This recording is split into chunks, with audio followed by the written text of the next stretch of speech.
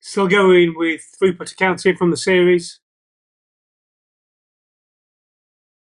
Just a reminder, throughput is sales less minus your direct materials, and you're bothered about the bottleneck, so divided by the time in the bottleneck. Right.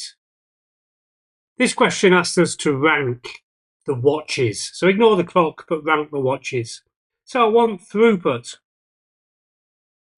So the throughput for GL per hour is 36 minus 14.7. So you only include the sales price and materials, which is 21.3. For RT, the throughput is 15.7. And for SM, 22 minus 8.8 is 13.2. Now, I've written throughput per hour in there, but I haven't done it per hour. I should have done really, but it makes no difference. You'll see what I mean. So I've got the throughput. Now I want to know how long it's spent in the bottleneck. 24 minutes.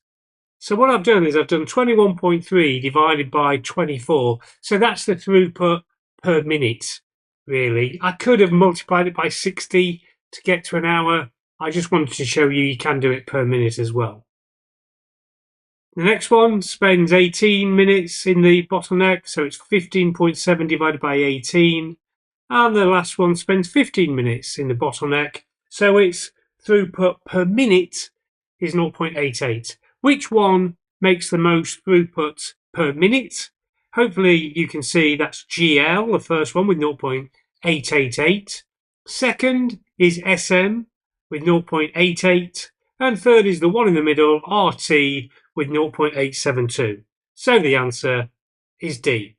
Okay, hope that really helps you.